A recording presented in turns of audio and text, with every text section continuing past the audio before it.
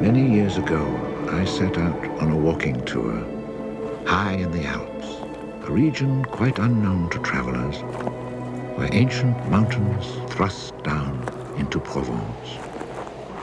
The trek began on barren moors, 12 or 1,300 meters above sea level, through land that was bleak and monotonous. Nothing grew there but wild lavender. My route led across the region at its widest point, and after hiking for 3 days, I found myself in a wasteland, desolate beyond description. I made camp near the remains of an abandoned village. The day before, my water supply had run out and I had to find some.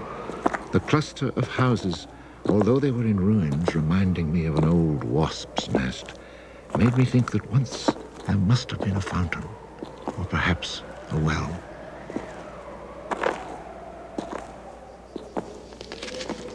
There was indeed a fountain, but it was dry. The roofless houses, eaten away by wind and rain, and the chapel, with its crumbling belfry, stood arranged like houses and churches in a living village. But here, life had vanished. It was a sunny, cloudless June day, but over these bare highlands blew a fierce, insufferable wind. Growling through the skeletons of the houses, it sounded like a wild beast disturbed while feeding on its prey. I had to move camp.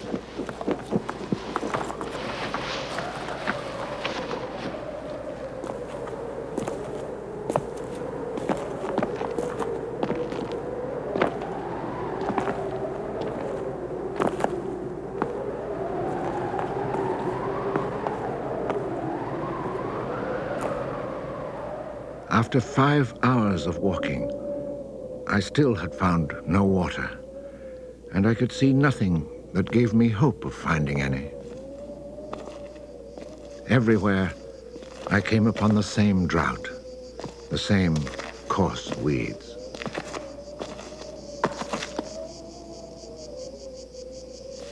In the distance, something caught my eye. A thin, dark shape that I took for a tree stump.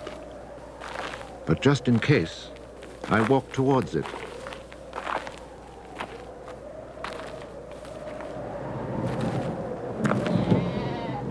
It was a shepherd, and beside him, resting on the burning ground, lay about 30 sheep.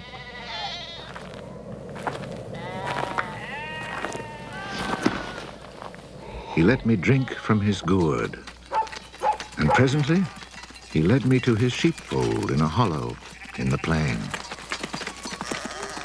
He drew water, excellent water it was too, from a very deep, natural well over which he had rigged a simple windlass.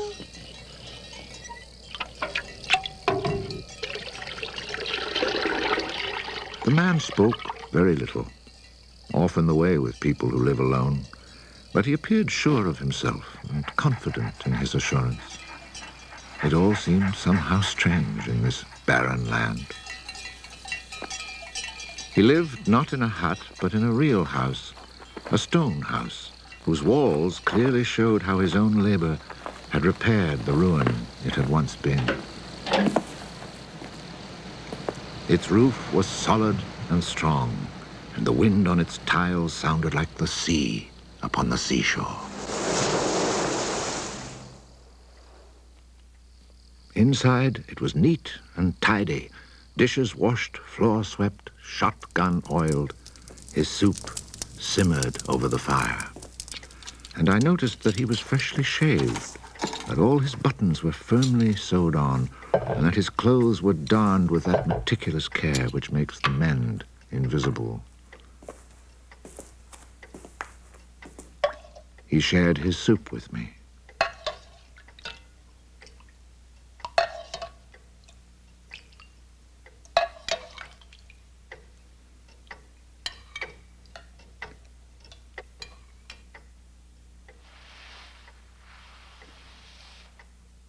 When I offered him my tobacco pouch, He told me he did not smoke. The dog, silent like his master, was friendly without fawning.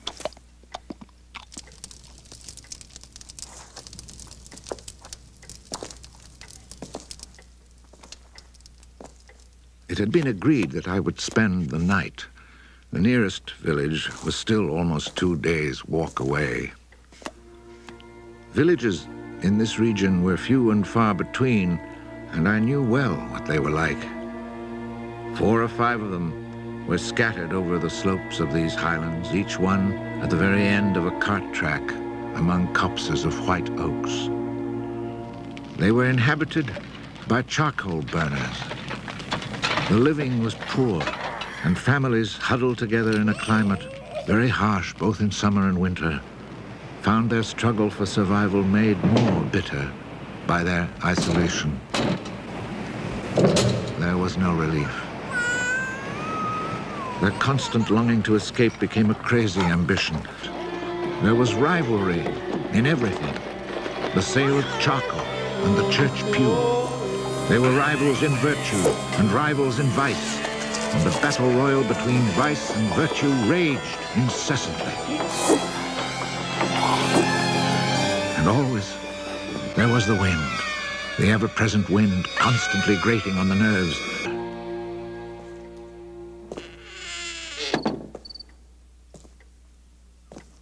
The shepherd, who did not smoke, went to fetch a little sack, and onto the table he emptied a pile of acorns. He began to examine them very carefully, one by one, separating the good from the bad.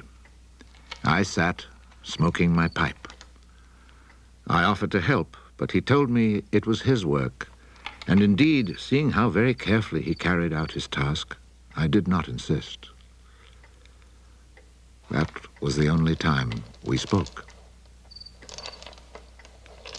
When he had set aside enough acorns, he divided them into piles of 10. As he did this, he discarded the smaller ones, or those that were cracked, for now he was examining them very, very closely. When finally there lay before him 100 perfect acorns, he stopped, and we went to our beds. Being with this man brought a great sense of peace. The following morning, I asked him if I might stay on and rest for the day. He found that quite natural, or to be more precise, he gave me the impression that nothing could upset him. The day of rest was not absolutely necessary, but I was intrigued, and I wanted to learn more about him. He let his sheep out of the pen and led them to their grazing. Before he went, he took the little bag of carefully chosen acorns and put them into a pail of water to soak. I noticed that for a walking staff, he carried an iron rod as thick as my thumb and about as high as my shoulder. Pretending to take a leisurely stroll, I followed him at a distance, but keeping on a parallel path with him. The pasture for his sheep was down in a dell. Leaving his dog in charge of the little flock, he began to climb towards me where I was standing to do. He was going a little farther on, to the top of the hill. When we reached his destination, he began to drive his iron staff into the ground. He made a hole, dropped in an acorn, and filled in the hole.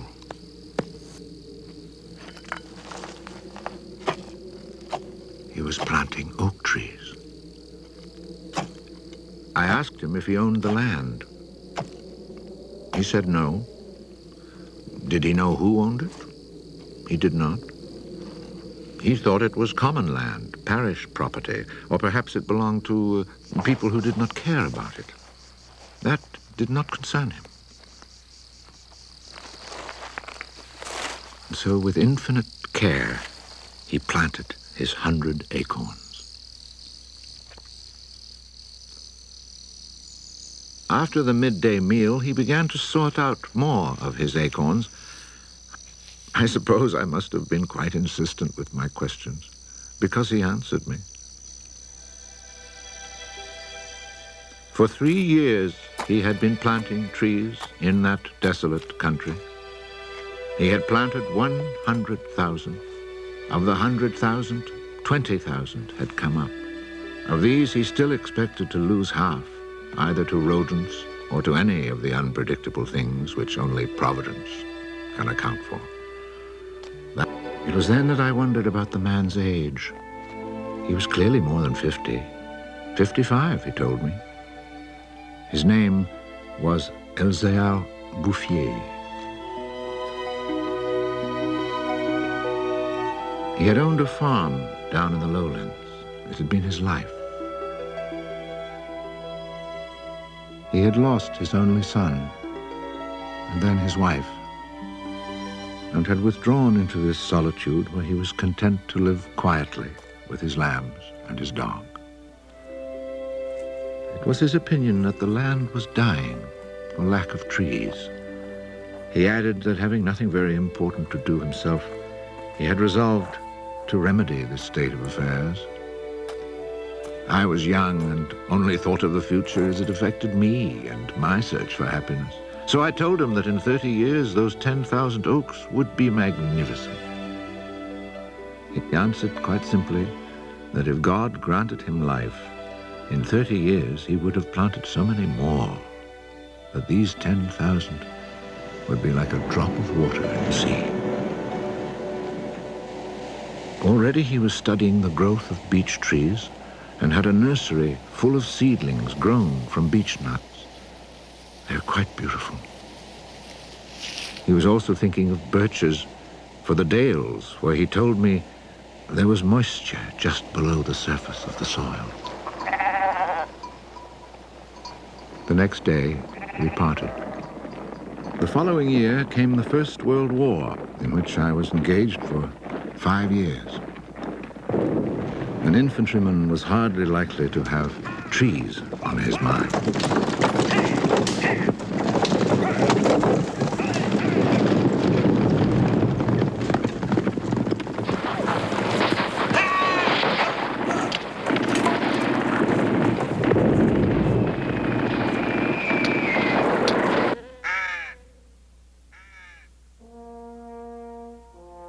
After demobilization, I found myself the possessor of a small gratuity and a great desire to breathe pure air. This was my only thought when I set off once more on the road to the barren land. The shepherd who planted trees had been in my mind since the day before. 10,000 oak trees, I thought to myself, really need a lot of space. I had seen so many people die in those 5 years, it was easy to imagine that Elzéar Bouffier, too, was dead.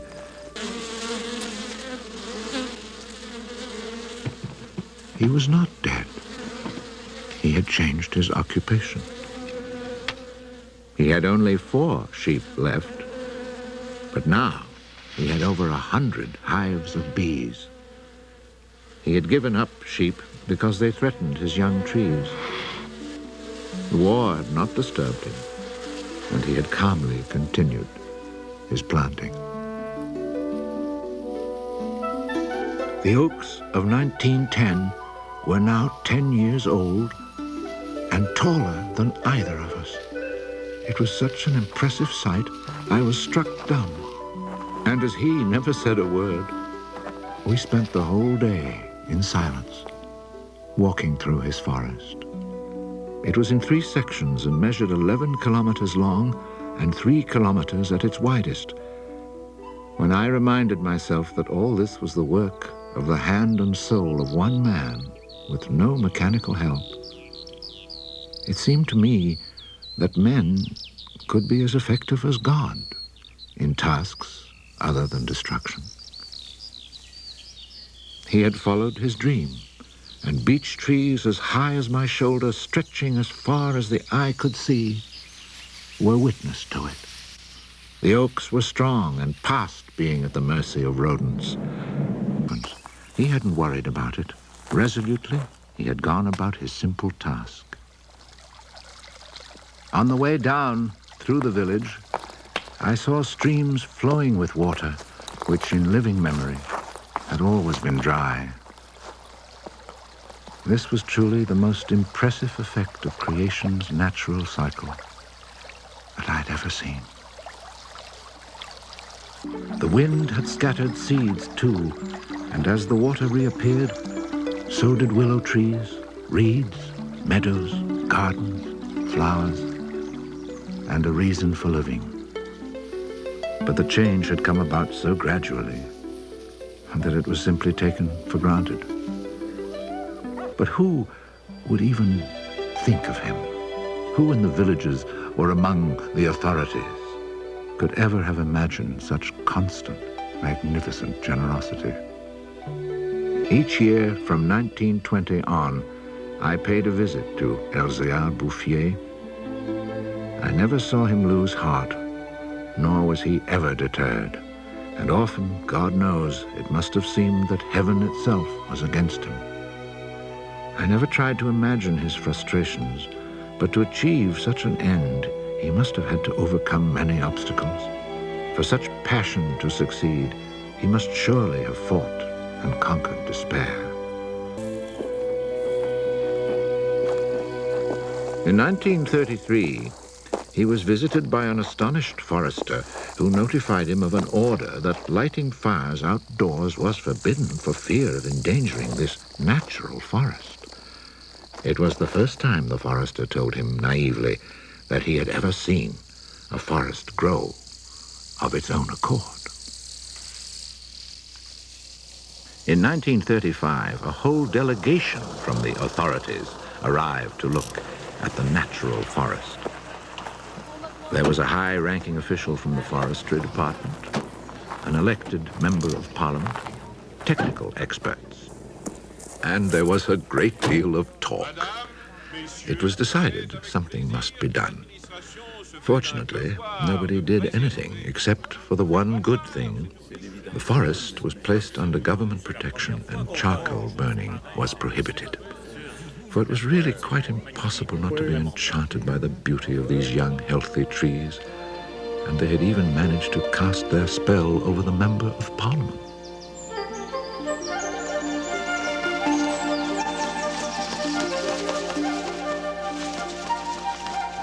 One of the senior foresters in the delegation was a friend of mine, and I explained the mystery to him.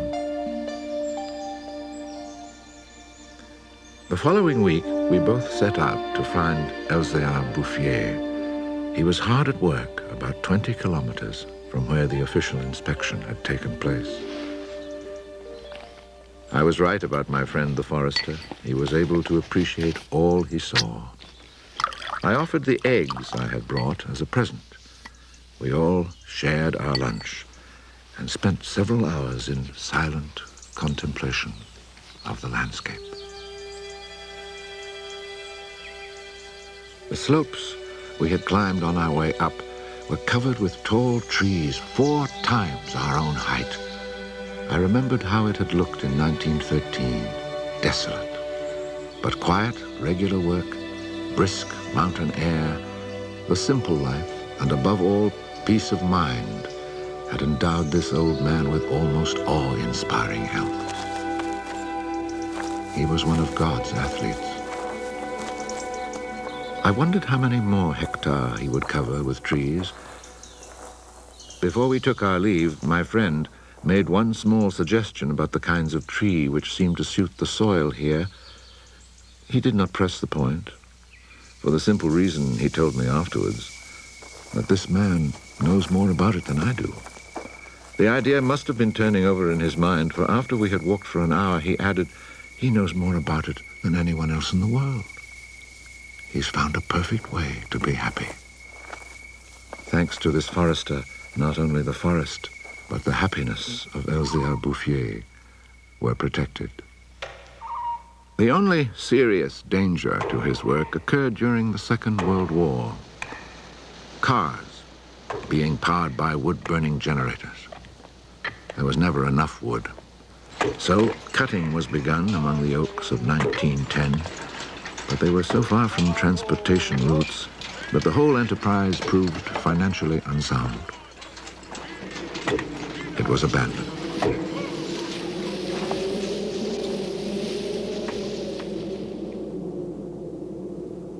The shepherd knew nothing of all this. He was 30 kilometers away, quietly going about his business, ignoring the War of '39 just as he had ignored it in 1914. I saw Elzéar Bouffier for the last time in June 1945. He was then 87. Again I had set out on the road to those barren moors. But now, in spite of the dislocation left behind by the war, there was a bus which ran from the Durance Valley up into the mountains. I decided it must be because of this relatively speedy means of transport that I could not recognize the places where my walks used to lead me. It took the name of a village to reassure me that I really was in that region that had once been desolate and abandoned.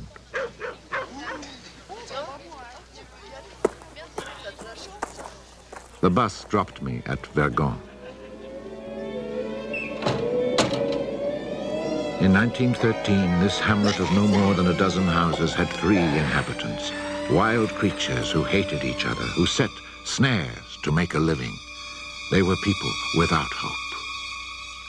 Now everything was different, even the air itself.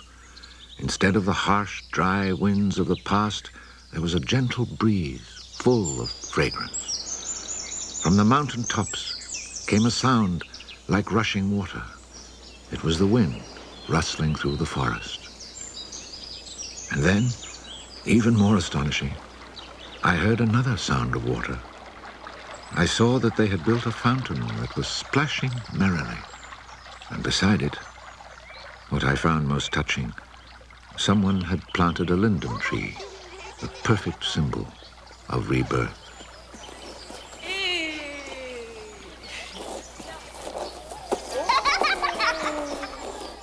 Moreover, Vergon showed signs of the kind of labor that only hope can inspire. So hope had been restored. Ruins had been cleared and crumbling walls torn down. The new houses, freshly rough-cast, stood in kitchen gardens where flowers and vegetables grew in orderly confusion. Roses and cabbages, snapdragons and leeks, celery and anemones. It had become a place where one would want to live. From this point, I continued on foot. The war had not been over long enough for life to reach full bloom, but Lazarus had emerged from the tomb. On the lower slopes of the mountain, I could see small fields of young barley and rye, and down in the narrow valleys, the meadows were green.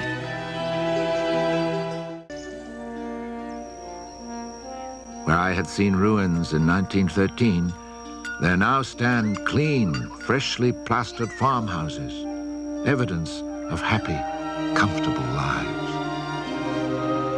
Dry springs fed by snows and rains, now conserved by the forest, have begun to flow again. In the maple groves, each farm has its fountain brimming over onto carpets of fresh mint. Bit by bit, the villages have been rebuilt. People have come to settle from down in the plains where land is expensive. They have brought youth, life, and the spirit of adventure. On the roads, one meets people glowing with health, and boys and girls laughing as they enjoy their rustic pleasures.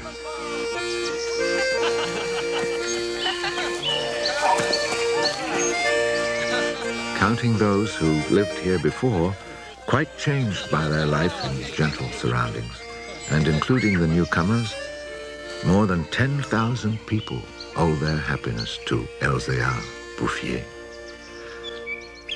When I think that one man, one body, and one spirit was enough to turn a desert into the land of Canaan, I find after all that a man's destiny can be truly wonderful. But when I consider the passionate determination the unfailing generosity of spirit it took to achieve this end. I'm filled with admiration for this old, unlearned peasant who was able to complete a task worthy of God. Elzéar Bouffier died peacefully in Banon in 1947.